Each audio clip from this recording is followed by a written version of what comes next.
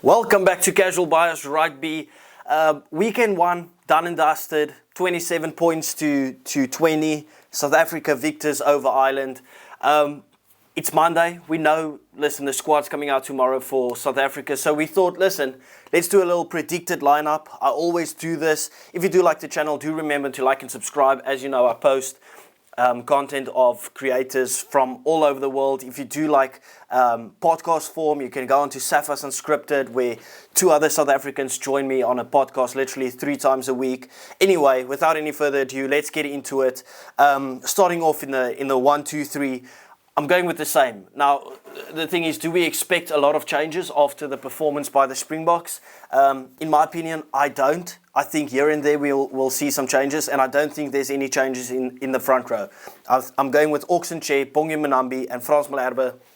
They did the job against Ireland the first game around. I can't see us changing it too much, especially with the Rugby Championship and stuff. You want that chemistry to build. We work in partnerships. This worked brilliantly the first game. I'm trusting it for the second game as well. Moving into our locks, once again, Eben Etzebeth, Franco Mooster. I think every game that they are fit, you have to play them. You could obviously call on the likes of a Salman Murat or Ergis Snyman, but I don't see them ever starting a game when these two are fit. You have to work in these combinations. They work perfectly. They do the job. They played a lot shorter game than I expected them to play in the first half.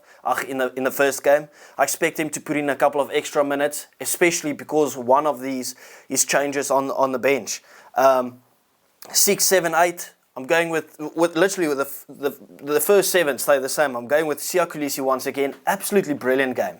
He made that Irish guy, the Irish CEO of Racing 92, look like an absolute fool, because he was not overweight, he was not transparent, he absolutely bumped Henshaw into another universe. He had a scintillating game. I think if you went minute for minute, he's probably the man of the match. That's just how good Siya was. When he puts on a Bok jersey, and we see the same with the likes of Eben Etzebeth, they just become different humans. Siya, brilliant. He takes that 6 jersey, obviously captain South Africa, captain rugby. Number 7, Pieter Steff to tackle, as always. We won't see too many changes. He does the job, absolutely brilliant. Always tackles, always works, plays the 80 minutes. There you go.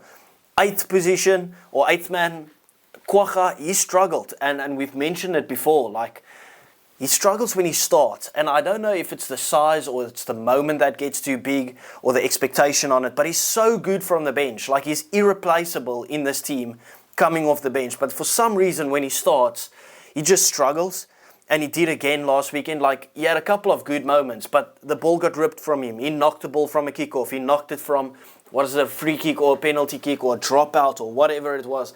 Just like, I had a couple of errors, and I think that kind of opened the gap for Evan Roos to come in. Like I've said it previously, like the season that Evan Roos has had at the Stormers, he deserves a start at South Africa at Springbok level. Obviously, without Jasper Wiese there, we know the battle is between Jasper Wiese and Evan Roos probably.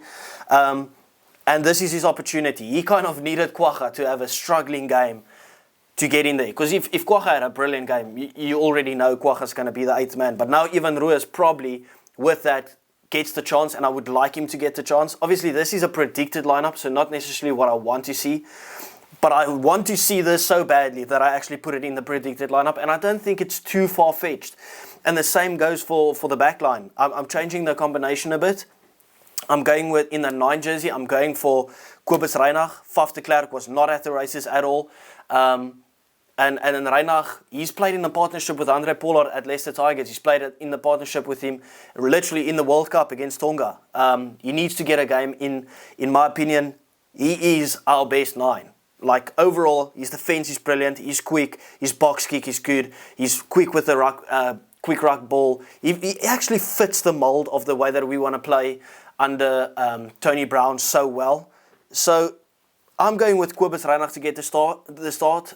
It is a bit of a hot opinion or a hot take, but I'm going for it. I think that will happen. I'm going with Pollard to retain the 10 jersey. Obviously, I would like to see Sasha play a bit more minutes. But I'll get into him in a second. Like, I wanted to have Sasha start, I really do.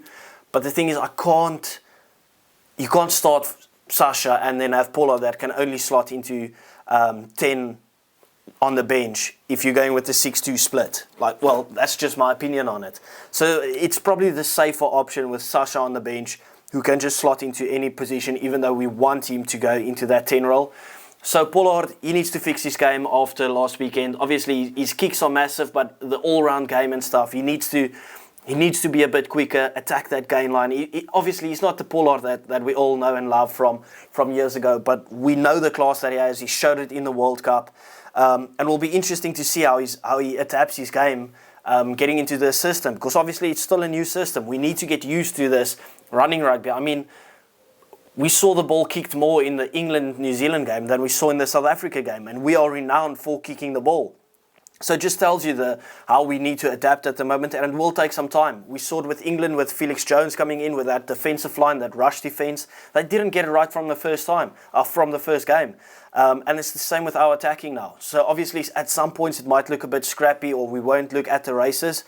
But that's where you need kind of consistency. So that's why I'm backing Pollard, and most of my players are staying the same. You don't want to switch the whole team by just giving out game time or whatever. You need to have people embedded in the system with the main guys that always start. So that's why I'm only going with a couple of changes in this match. The centre combination stays the same. Damien Dellinder, Jesse Kriel, they were both absolutely brilliant, especially Jesse Kriel. I saw a comment where someone said, is he the best centre in the world at the moment? And it almost feels like, how can you say Jesse Kriel is the best centre at the moment? But on current form, since he's got back into the South African team, he's been nothing short of world-class, sensational, up there with the best centres in the world. Like, everything he does, he's just really found his feet. He's really found his rhythm. He understands what's expected of him. And he puts his body on the line for everything. And he had a brilliant game against Ireland. So that combination, you don't touch it. That combination is gold at the moment. It's probably our most important combination alongside Eben and Mostert. Back three stays the same once again. No, we don't expect any changes there. Cheslin Colby, Kurtley Arendse, Willie Leroux. I don't even need to get into how important all of them are for us. All of them had an absolutely brilliant game against Ireland. Colby really putting his body on the line. As always, putting the pressure. He's the one winger that still like chases a kick, even though you still trust your 10. He always puts in that extra yard. Kurtley Arendse, try scoring machine, just brilliant. And then obviously we know how important Willie is to the South African team. Just the way that he reads the game, he understands the game, he sees everything from a different perspective. He's just so knowledgeable on the field. So Willie Leroux in that 15 jersey, and to be fair, we have no real replacements to take his spot. Moving on to the bench, I'm going 6-2 again. As I said, not many changes, and I'm sticking with the same thing. We need continuity, we need consistency, and building partnerships. And the way that our bomb squad, the impact that they made, brilliant. I know Matt Williams had a couple of things to say about the bomb squad and that he's not happy with 6 forwards coming off the bench. But in the end, listen, it's professional rugby players. You are used to taking contact. Every other team can do it. It's not just... I understand his fear when it comes to like grassroots rugby, but that's another issue. They can have their own set of rules. International rugby, 6-2 split. Bring on all 6 forwards if you want to at one time. Malcolm Marx on the bench. He looked like himself again on Saturday. Gerard Steenekamp, definitely. What a game he had. Part of that absolutely insane scrum. Like Brevan said it yesterday on the Saffers Unscripted podcast. Like apparently, with the pace that final scrum was scored, if they measured that and you took that as a distance to walk to Durban, they would actually get in Durban by Thursday. They would be in time for the game. That's just how powerful that scrum was and how quickly it was. So Malcolm Marx, Gerard Steenekamp and Vincent Koch, as always, Vinnie Koch on the bench. No surprises there. Now, I'm going Erge Snyman to take the one lock position, taking that number 19 jersey. Obviously, that was Salman Murat, but I think we can afford to have Franco Mostert play a bit extra. And if need be, and you get 2 lock injuries, you can always just throw Pieter Steff at lock. He used to be a lock. He's much better at flank, don't get me wrong. But he can play the lock position as well. Then I'm going Marco van Staden, to partner them. Obviously, he'll come on for Siya Kolisi at around 45 minutes because that always happens. And then finally, I've got Kwagga Smith on the bench. So no Salman Murad, but I've got Kwagga Smith on the bench to take over from Evan Roos when that time comes. Let's say at about 55 to 60 minutes. Just to like give him his confidence back. He knows where he fits into this game. And this is not disrespect towards Kwagga. He's just so good coming from the bench. You don't want to spoil that impact, kind of. That's just the way that I see it. And then on the bench, I'm not going Faf de Klerk on the bench. I'm going Reinach to start. And I want to build a partnership. And I think the future partnership when it comes to a 9-10 combination for South Africa will be Grant Williams and Sasha Feinberg and Ngomazulu. Grant Williams, obviously, he's also the better choice because he can slot into that wing position and 9 position if there was an injury. But he's the future 9, in my opinion. He's by far the best. He's so slick with it. He's quick at the breakdown. He's got insane gas on him. And then, obviously, Sasha Feinberg and Ngomazulu, player 23, to slot into Pollard's position. Now, I would like Sasha to get a few minutes extra this game instead of having, I think, how many minutes did he play? Like 9? Between 9 and 12 minutes. I would like to see him play at least 25 to 30 minutes.